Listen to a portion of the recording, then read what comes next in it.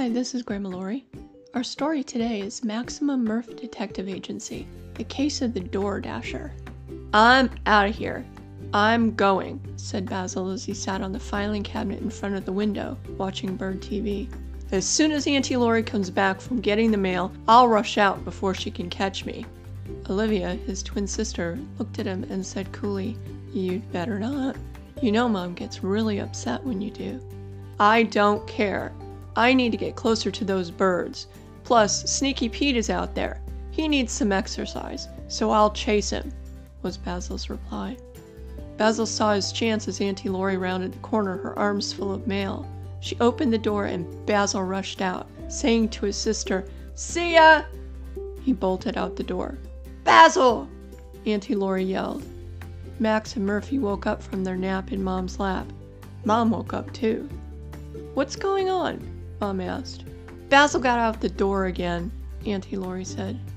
"Doggone it! I wish he wouldn't do that," was Mom's reply. She rousted the dogs from her lap and went to see if she could find him. Max and Murphy, still sleepy from their nap, looked at each other and said, "It's time for the detectives to help find Basil." They ran to get their hats. They were ready for an investigation. Meanwhile, Basil found the ideal hiding place under the hedges in front of the house. Olivia saw him sitting there surveying the scene and worried that he might get run over or get into some other kind of trouble. Basil was confident he could get at least one of those birds. He stared and stared at the bird feeder. Sneaky Pete was in the tree teasing him the whole time. "Hey, Big Shot, you're not gonna get me today. I'm too smart for you," he yelled from the branch. "Be quiet, squirrel. I'm after birds today, not you," Basil replied. He heard the door open. It was Mom. She could see Basil under the hedges. "Come on, Baz," she said as she took out the treat jar. "Let's go inside." Basil threw her a side glance and continued watching the birds, ignoring Mom. "Okay then. Well, you know what to do when you're ready to come in." Mom went back inside. The dogs were in an uproar when Mom came back in. "Let us out! Let us out! We can get Basil to come in!" Max, Murphy, and Finnegan said in unison. Mom opened the back door and let the dogs out into the backyard. They sniffed and sniffed. They looked in the trees. They found nothing.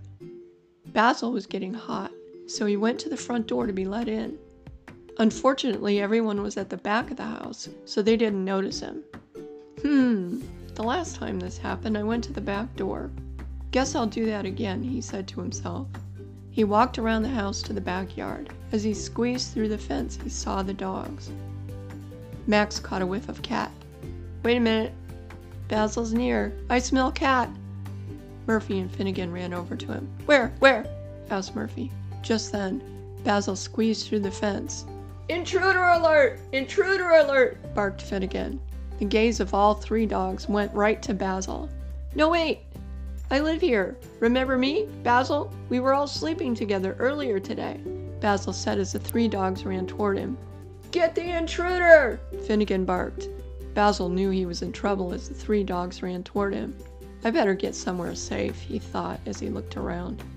There was a hole in the fence with the neighbor, so he squeezed himself through and sat in the neighbor's yard, the dogs frantically barking. He made it through the fence just in the nick of time. "Stupid dogs," Basil thought to himself. "I live with them, and they act like I'm a stranger. Boy, though, I really need to go on a diet if I'm going to go through the fence again." Mom came running out of the back door when she heard the dogs barking. "What is it, boys?" "Intruder! Intruder!" was the response from all three dogs. Mom looked around. There was nothing in the backyard. She noticed the dogs were barking toward the neighbor's yard.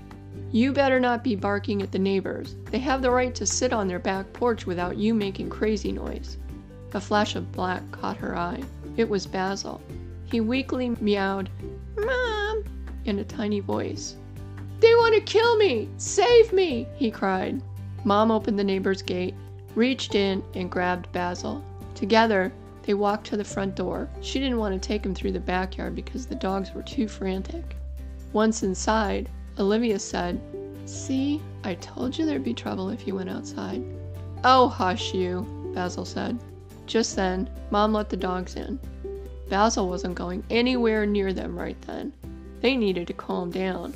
After about half an hour, Basil went into the living room where the dogs were snoozing. Max woke up, looked at Basil and said, "Oh, hi Basil. I haven't seen you all day."